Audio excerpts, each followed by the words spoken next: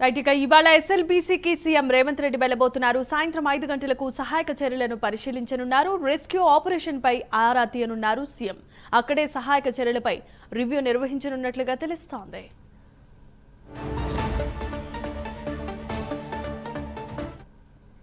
Right, ఇక నేడు CM Revanth Reddy SLBC tunnel వద్దకు చేరుకుని అక్కడ సహాయక చర్యలపై ఆరా తీయనున్నారు. అక్కడికి సంబంధించిన పనులను కూడా పర్యవేక్షిస్తారు. ఇదే అంశానికి సంబంధించి మరిన్ని అప్డేట్స్ ను అందించడానికి హైదరాబాద్ నుంచి మా కరెస్పాండెంట్ అజీం సిద్ధంగా ఉన్నారు.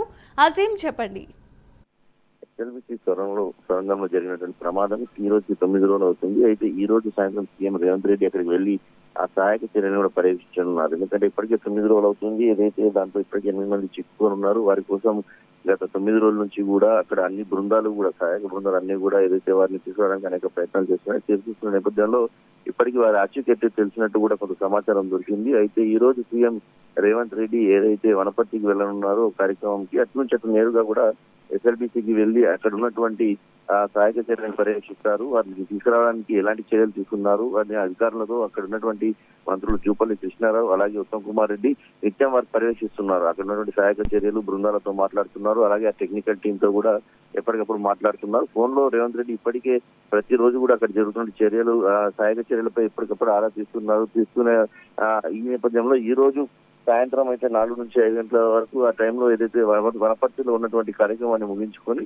నేరుగా ఎస్ఎల్బీసీ సొరంగం దగ్గర జరిగిన ఘటన దగ్గరకు చేరుకుంటారు. చేరుకొని అక్కడ తీసుకుంటున్నటువంటి సహాయక చర్యలపై అధికారులను అలాగే మంత్రులను అడిగి తెలుసుకుంటారు. సో ఏదైతే ఆచూకీ దొరికిందని చెప్తున్నారు, ఆచూకీ దొరికిన వారిని ఎలా తీసుకొస్తున్నారు, ఏ టైం వరకు తీసుకొస్తారు అని చెప్పి ఇలాంటి అనేక కోణాల్లో ఏదైతే సీఎం రేవంత్ రెడ్డి అక్కడ వారిని అధికారులను వారందరిని అడిగి కూడా తెలుసుకొని వారిని తీసుకొచ్చిన తర్వాత తీసుకోబోయేటువంటి చర్యలు ఏమిటి ఇలాంటి అనేక కోణాలు రేవంత్ రెడ్డి తెలుసుకుంటారు. సో మొత్తానికి గత 9 రోజుల నుంచి సహాయక చర్యలు కొనసాగుతున్నాయి. ఇప్పటికే సీఎం వెళ్ళలేదనే ఒక విమర్శలు కూడా ఉన్న నేపథ్యంలో ఈ రోజు సీఎం రేవంత్ రెడ్డి ఏదైతే సాయంత్రం ఆ ఎస్ఎల్బీసీ సొరంగ మార్గంలో జరిగిన ఘటన వద్దకు వెళ్తున్నారు. సో ఆ లోపు చర్యలకు అంటే సహాయక చర్యలు కూడా దాదాపు ఈ రోజు మధ్యాహ్నం వరకు కూడా ఒక 4గురిని ఆచూకీ తెలిసింది. మొదటిగా 4గురిని తీసుకొస్తామని చెప్పి కూడా ఏదైతే ఇప్పటికీ అక్కడ చెప్తున్నారో అధికారులు చెప్తున్నటువంటి సమాచారం మనకు ఉంది. సో దీంతో పాటు మరో 4గురిని ఎలా గుర్తిస్తారు, వారిని ఎప్పుడు తీసుకొస్తారనే ఇట్లాంటి విషయాల్లో ఏదైతే రేవంత్ రెడ్డి అక్కడ ఉన్నటువంటి అధికారులను అడిగి ఆరా తీసే పరిస్థితి మనకు కనిపిస్తుంది. Jemimah, right, thanks for the updates Azeem.